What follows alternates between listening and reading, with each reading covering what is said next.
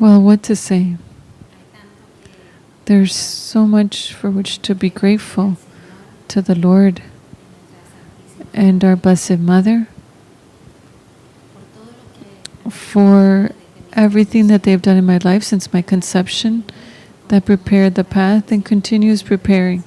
I am always in preparation for each step, every birth, every dream that they dream through me. And Sister Anna was saying, dream much, Mother. Well, yes, they have great dreams of love for this family and for humanity through us. And they are the ones who dream through my heart, and therefore it also becomes my own dream, because to fulfill their dreams is my mission. It's a day that there are no words to describe, of so much gratitude, because you hear 35 years of the vows of the Mother Foundress and 30 years of the foundation, mine. Well, for me to reconcile everything that took place, that's taking place and will continue to take place from that day, August 15th, 1985, where already prepared by the interchange of hearts, which we already spoke about that in July 11th, a year prior to that, where Our Lady asks my heart to give me her heart and prepares me with her for spiritual maternity, and to live it recognizing that it's a mission of the pelican. For me, that total donation that she herself asks me, because she is the spokesperson par excellence of the will of God, not only for all in the church, but for my own life. I have received everything from her, and the Lord sends me through her. The Lord sends me everything through her. And with her and through her, I can give the responses that the Lord needs. For me to reconcile that moment where, in a spontaneous and simple way,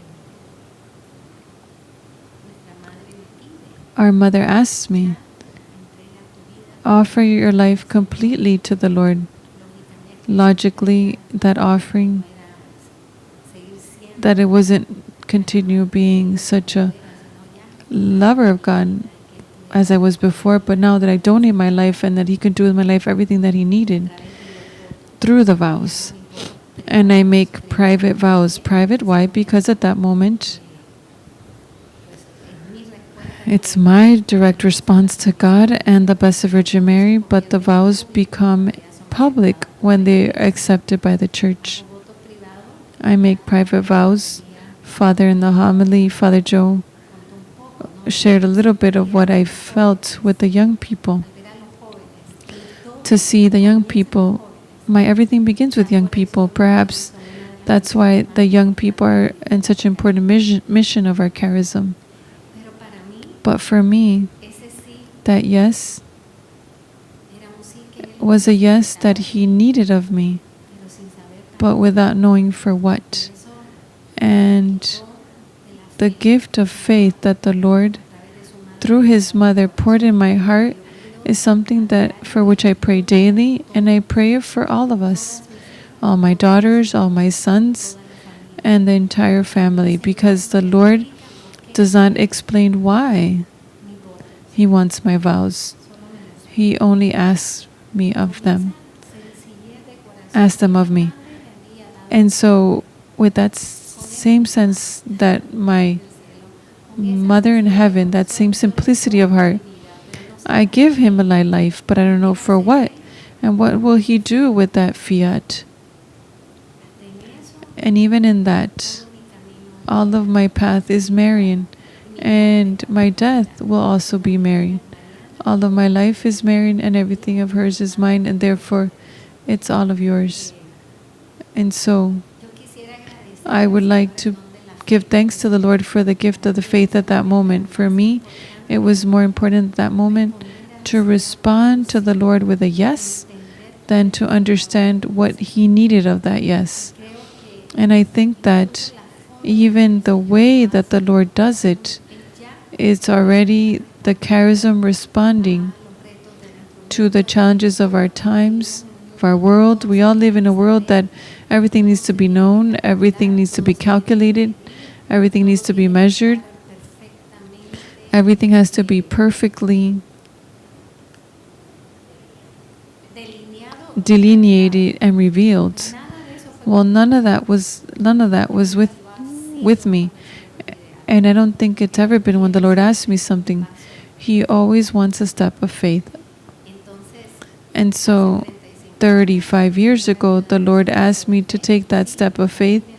And yes, when I left the door, I remember clearly when He said, in my heart, my interior, I felt this strong phrase in my heart, "Let me pierce your heart so that others may have life." And at that moment, the reality, maternal reality that Our Lady had placed in my heart a year prior begins to expand all of my interior. All of my interior, I didn't understand for what, until a little short while later, who would be the first sisters begin to appear. And those sisters who want to follow the same path that the Lord has led me through. They want to consecrate themselves. They know, they tell me that I am the one that goes before them and that I am their head and that they will follow me wherever the Lord wants me to take us. Well, I want to be grateful for the faith of those sisters because I didn't know where the Lord was taking us. And to follow me was to follow me with faith. With faith that the Lord would do with our fiats, would build something that we do not understand. And that's why there is a period. Today it's 35 years of my vows that when I explain it, I felt that in that simplicity that I understand anything but to give my life completely to the Lord. Through His mother, I knew that something was being engendered. But what was that something? It began to engender a little short while later, but up to that moment, what I'm experiencing is there are other young women that want to do the same thing. And that's when the church asks us to live what is called canonically a time of experimentum.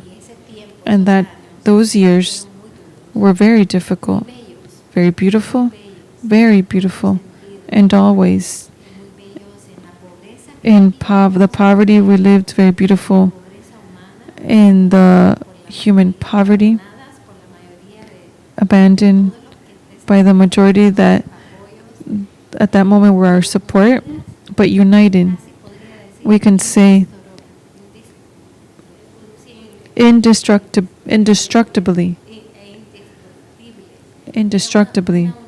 It was a unity that did not come from us, but that it came from God. A joy, nothing of what would take place, and it was a strong and inclined path. It hurt us, but nothing detained us. Nothing detained us without knowing where we were going. And so all we wanted to live in the will of God. And I think that has marked the life and the existence of the servants. And that's why the Lord has been able to do so many wonders in us and through us, through our history. In 1990, the church, we had to arrive at a common discernment. The church and my person.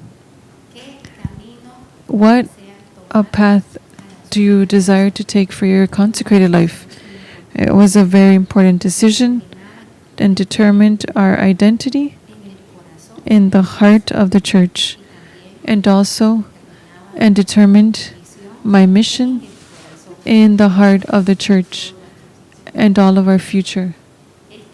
This discernment was clear in our interior, even though the enemy was not very happy with that discernment. And I ask Our Lady that I know what the Lord wants, but I don't want it to be me, the one who takes an initiative. That if everything is married in my life, I simply have to say fiat with a total assent, because I know that that's the will of God. That it may be the church, our mother, the one who says what the Lord has already told me.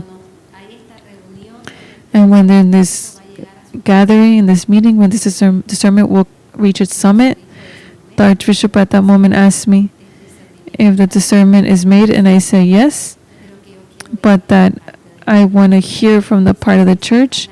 And that's when he says those words that I hear them, and my heart leaps of joy, and I think that I experience what St. John the Baptist and St. Elizabeth experienced.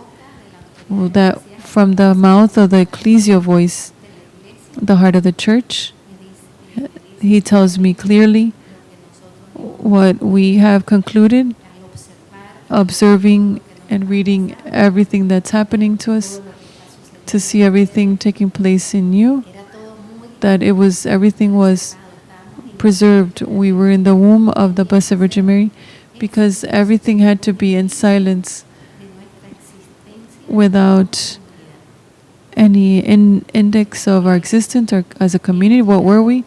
And we have arrived at the conclusion, and this is what we celebrate today as a foundation, that what the Holy Spirit has done is to give birth in the heart of the church a new charism of a religious life. Imagine that moment. Woohoo!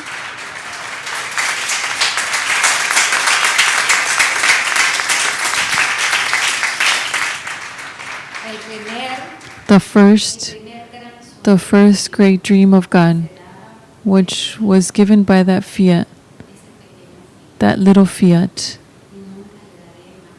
And I will never give a greater size to my fiat than what it belongs to it. A little creature like me, all he needs is that little faithful fiat. And at that moment, the Archbishop tells me, do you understand then? He already defined the work. He defined what is being born. He baptized it. The church gave it a name. The child had been born, but the church gave it a name.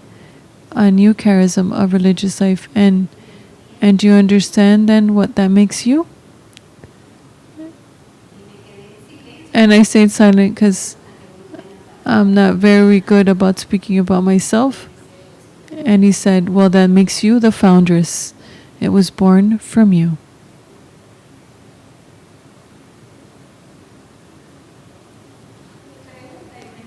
He asked me, do you understand it?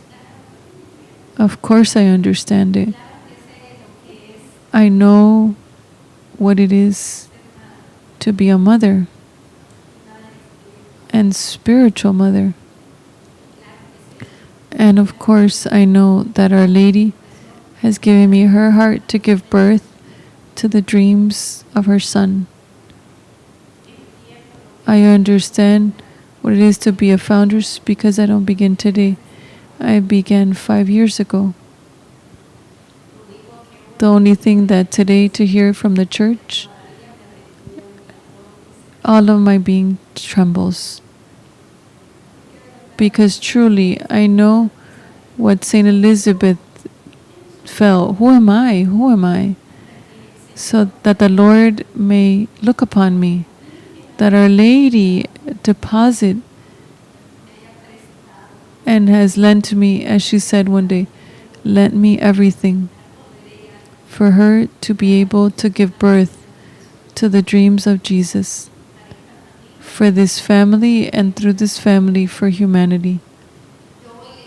Today I want to tell my daughters and sons, let's not stop dreaming. Not only the Foundress should dream, the entire religious family and spiritual family should dream. Because St. John Bosco said, the dreams of a foundress are always responded by the Lord.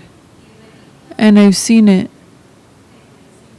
30 years, when I think that the ones who are here,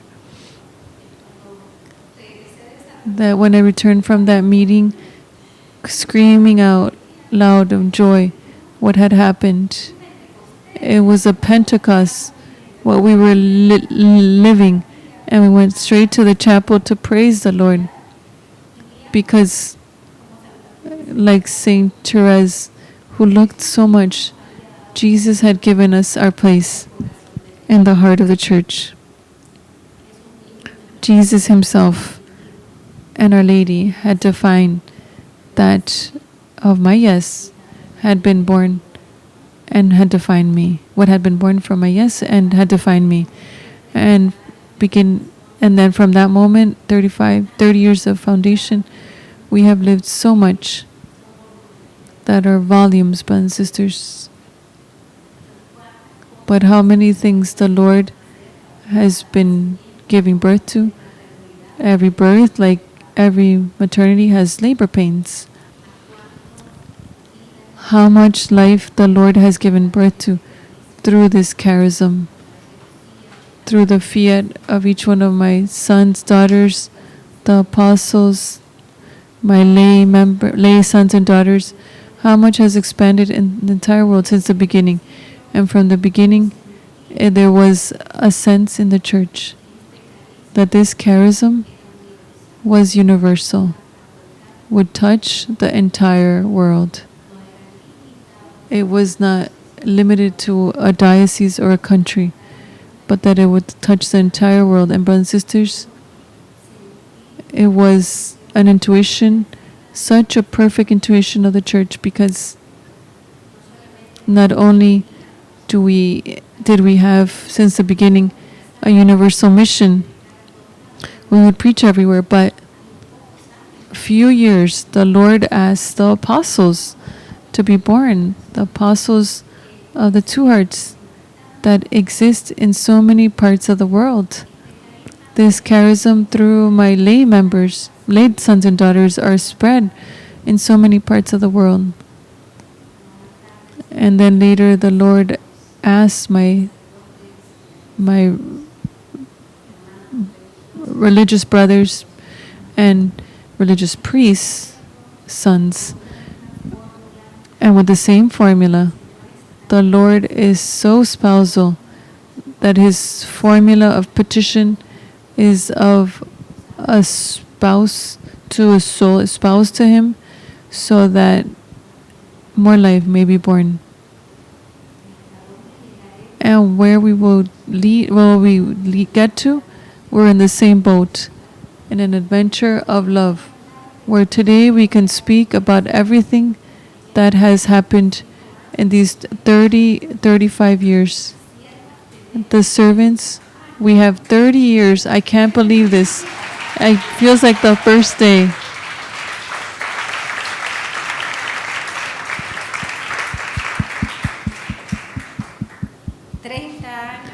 Years of donating ourselves and donating this Marian charism in the heart of the church, which is our mother, in the only place where we want to be, and the only place where we are and we serve. All of our identity and mission is given in fullness. Father Joe was speaking about numbers, but I think that 30 is also 3 and 10. 3 times 10. And the 10 is the sign of universality. And 3 of fullness. That is, I don't know what's going to happen, because I never know. The Lord begins to prepare my heart and then gives me the dates of love. but we have entered into a time period of maturity, which is not only maturity in personal holiness, but maturity before the church and the world. In the heart of the church, in the heart of the world, but also a fullness, triple, full, universal fullness. What does this mean? I just want to remind you that along with the apostles, with the petition of our lay branch, the Lord also at the same moment, and that May 13th, 1999, He asked me for a universal movement dedicated to work and bring the triumph of the two hearts in the entire world. That they already exist. All of you who are connected, those who have consecrated themselves to the two hearts, those who are always being formed through us are part of that universal movement, even if perhaps I don't know your names. There's a movement of millions of people who follow from so many parts of the world. Follow this charism, because this school of spirituality and mission has profoundly touched their hearts. The universality also for us, for my priestly sons and religious brothers. I don't know what this means, but the only thing I know is that every stage brings an infusion of life, of fecundity, and every stage also will require of my fiat and the fiat of all my sons and daughters. Thank you from the bottom of my heart for all who have believed in this charism. All my daughters, all my sons, all the lay people, all the young people, the little children, the deacons, the missionaries, so many branches that they're in the family, and the many need to be opened. All the bishops who have believed profoundly in this Marian charism as a response, direct response of the Spirit, the church, and the needs of the world. So many bishops that perhaps were not even in their diocese, and however they have a profound love and respect for our charism and our religious and spiritual family. All the bishops that have passed through our lives and that have always said, move forward, the church needs you. I want to give thanks to the Lord to so many people who are ill, who have offered their sufferings so that we may grow, not only in numbers, but what's most important is to grow in holiness, in the Marianization proper of our charism. I want to give thanks to all my sons and daughters, that today there's also another branch. There's almost 30 sons and daughters, all apostles of the lay branch who are in heaven. They're more alive than we are.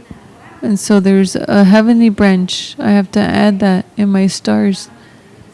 The branch that's in heaven, part of the family I have sent you, is that I have told them that when they arrive, that they decorate the area with the logo, all with the titles, so that each member knows where they also have their place, where the family of the pierced hearts has its space in heaven, logo and everything.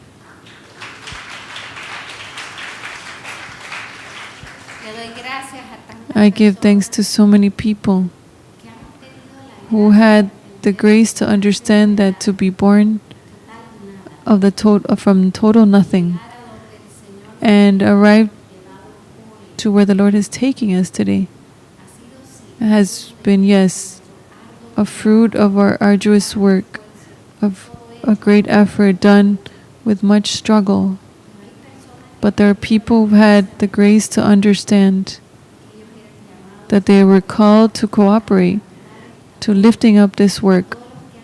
All those who have helped working in our convents, donating of their prayer for time and economic means. Not so that we have a better life. No, that's not what it's for. So that we fulfill the dreams of God. I want to give thanks to all who follow us, because they're not following us. They're following the hearts of Jesus and Mary. Through this charism, this school of spirituality and mission. What to say? 35 years of that yes seems like it was yesterday. And yes, I was 22. Like perhaps many who are listening who are 22. Brothers and sisters, there's no age to carry the cross of love and embrace it and donate life so that, offer your life so that God can fulfill His dreams. Who would tell me that at 22 the Lord was taking my yes and without me realizing it, making me a foundress of an entire religious and spiritual family in the heart of the church. That's why the only thing I have to do today is to sing a Magnificat, because the Lord has seen the littleness of His servant. And the only thing that He has asked me always is to never say no to His mother, as I promised when I was 7, and to always say a fiat, no matter the cost, so that He can fulfill His dreams and His designs of love and mercy for humanity today that is so needed of us. Not because we are great, nor do we have special things, but because simply in the plan of God, a charism like ours is necessary in the times in which we live. May the Lord bless us, bless all my sons and daughters, wherever we are found. Bless all my daughters that are many connected in many parts. Thank you to the female servants.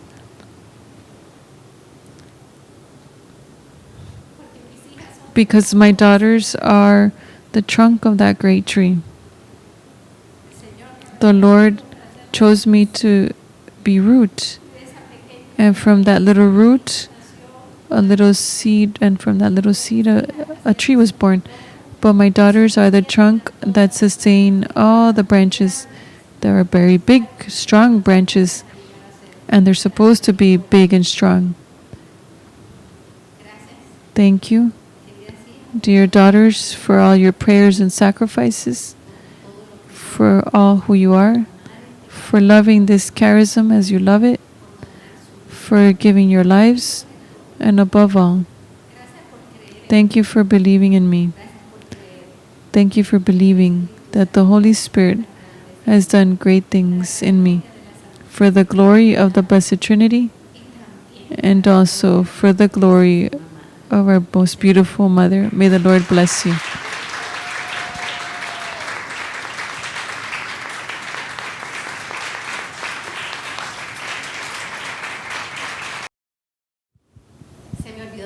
I forgot to say something.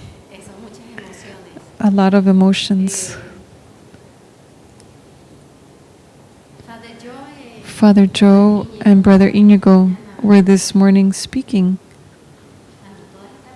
that when all these vocations were connecting, when they're inside their home,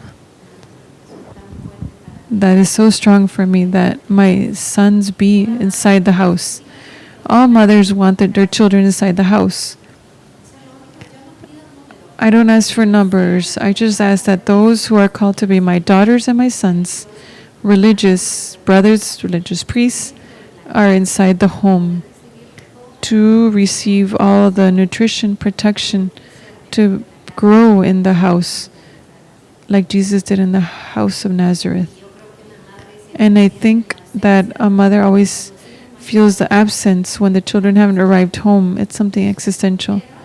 But I wanted to say that one day you want to give us, yes, a great feast.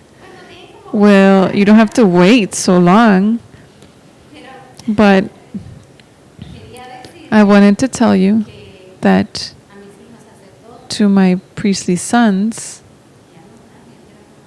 that you already give us a great banquet that cannot be compared to any, which is the Eucharist.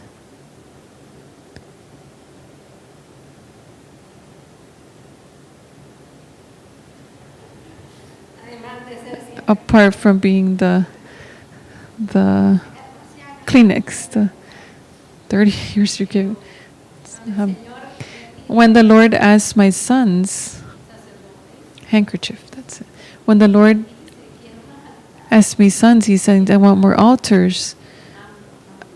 I want more ambos, more confessionals, from where this charism can be donated, preached, and can heal and deliver with the anointing of mercy to so many. And that's why for me, I know that one of the great battles of the enemy is to battle my priestly sons so that there won't be more altars, more ambos, and more confessionals permeated with the charism. When the Lord gave me the call to my religious brothers, it was such a beautiful experience, so sweet and tender. And for the priests, it was strong. The ones of the religious brothers behaved well because it was pretty strong. It was so strong that my archbishop at that time believed in the truth of that word for how he saw me suffering. With my religious brothers, sons, in a Marian shrine, and like always, everything is in a shrine or a special place for the Lord and Our Lady. When he speaks to me about the religious brothers, I can explain to you the joy that I felt. It was like a smile of Jesus. I always loved the vocation of religious brothers, and I've always fought with religious brothers that they understand the beauty of their vocation. And I never imagined that the Lord would ask me to have religious brothers.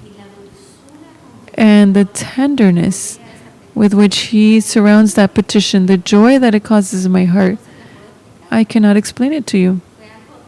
It was something so tender, so sweet, and at the same time, like that hunger I had that the vocation of the religious consecrated would be elevated in the heart of the church, that the Lord would ask me that this would also take place in the family. And that if I had done it with the ones outside, I would have to do it with my own sons. And so, the banquet, we have it, the Eucharist.